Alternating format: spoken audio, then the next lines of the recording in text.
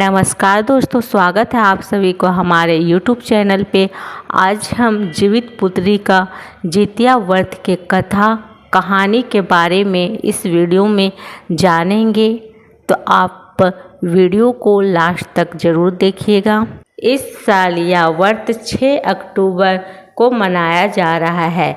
इस व्रत में महिलाएं अपनी संतान को कष्टों से बचाने और उसकी लंबी आयु की मनोकामना की पूर्ति के लिए यह व्रत को निर्जला रखकर करती है। कुछ जगहों पर इसे जितिया या जुवितिया व्रत के नाम से भी जाना जाता है।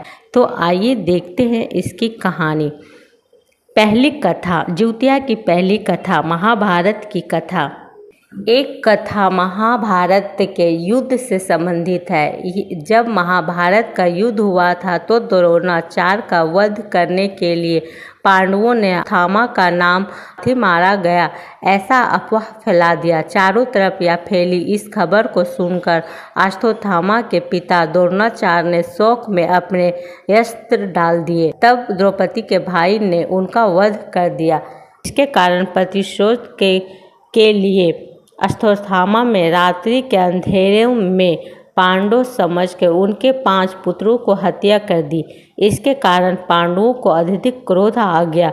जब भगवान श्री कृष्ण ने अश्वत्थामा से उसकी मणि छीन ली। इसके बाद अश्वत्थामा पांडव से क्रोधित हो गया और उत्तरा के गर्भ में पल रहे बच्चे को भी जान से मारने के लिए उसने ब्रह्मास्त्र का प्रयोग किया। भगवान श्री कृष्ण इस बात से भली भांति परिचित थे कि ब्रह्मास्त्र को रोक पाना असंभव है। अतः भगवान श्री कृष्ण ने अपने सभी पूर्णों का फल एकत्रित करके उत्तरा के गर्भ में पल रहे बच्चे को दिया। इसके फलस्वरूप गर्भ में पल रहा शिशु पूर्ण जीवित हो गया, जो बड़ा होकर राजा परीक्षित बना। उत्तरा के बीच बच्चे का दोबारा जीवित हो जाने के कारण इस व्रत का नाम जीवित पुत्री का व्रत पड़ा।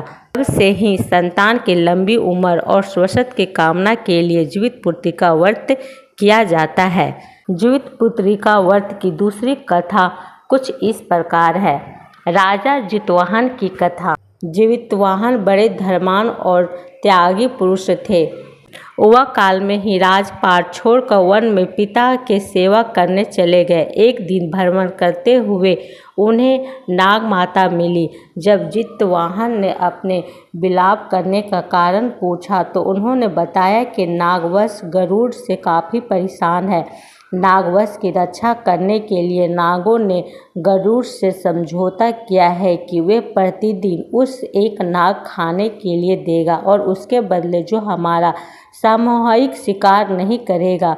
इस प्रक्रिया में आज उसके पुत्र को गरुड़ के सामने जाना है। नाग माता की पूरी बात सुनकर जितवाहन ने उन्हें वचन दिया कि वे उनके पुत्र को कुछ नहीं होने देगा और उसके जगह कपड़े में लिपट कर खुद गरुड़ के सामने उस शिला पर लेट जाएगा।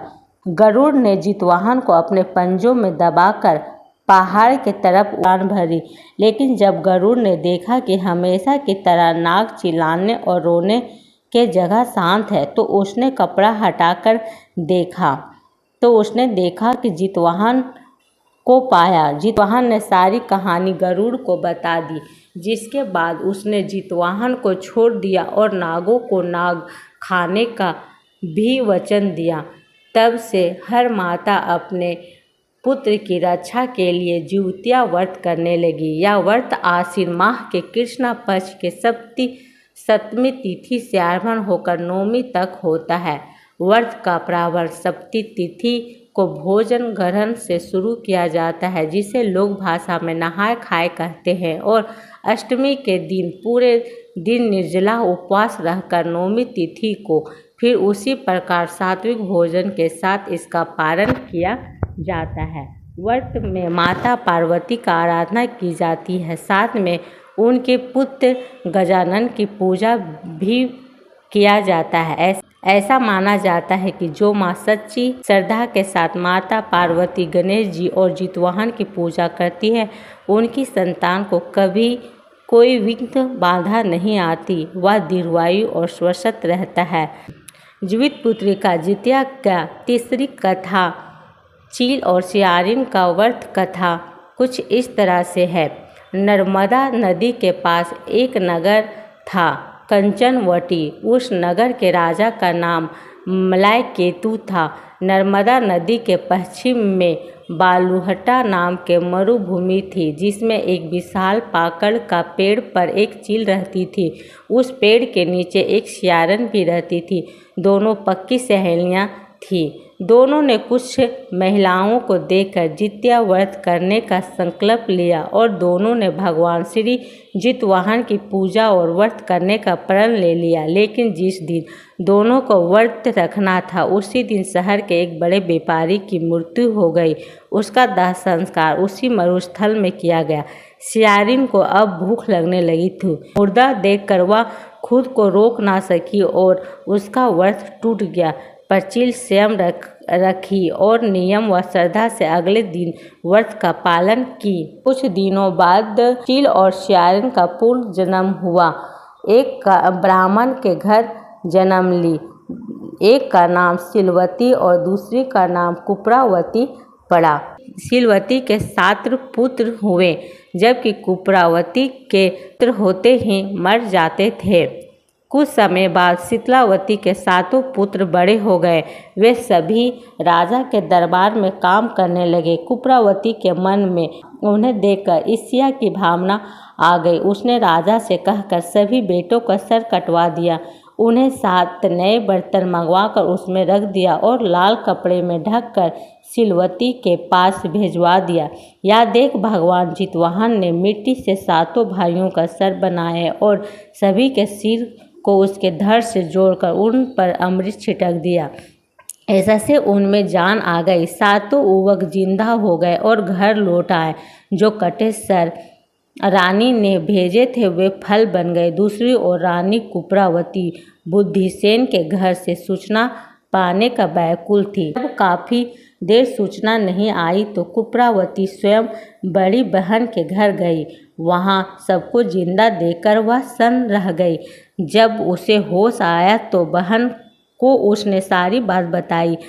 अब उसने अपनी गलती पर पछतावा हो रहा था। भगवान जितवाहन की कृपा से सिलवती के पूर्व जन्म की बातें याद आ गई। वह कुपरावती को लेकर उसी पापड़ के पेड़ के पास गई और उसे सारी बात बताई। कुपरावती बेहोश हो गई और मर गई।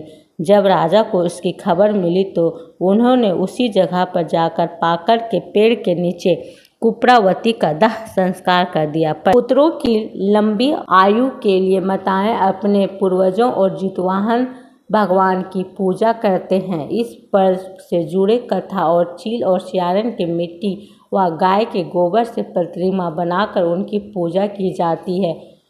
कथा समाप्त होता है। अगर वीडियो पसंद आई होगी तो प्लीज़ लाइक, कमेंट और शेयर जरूर कीजिएगा।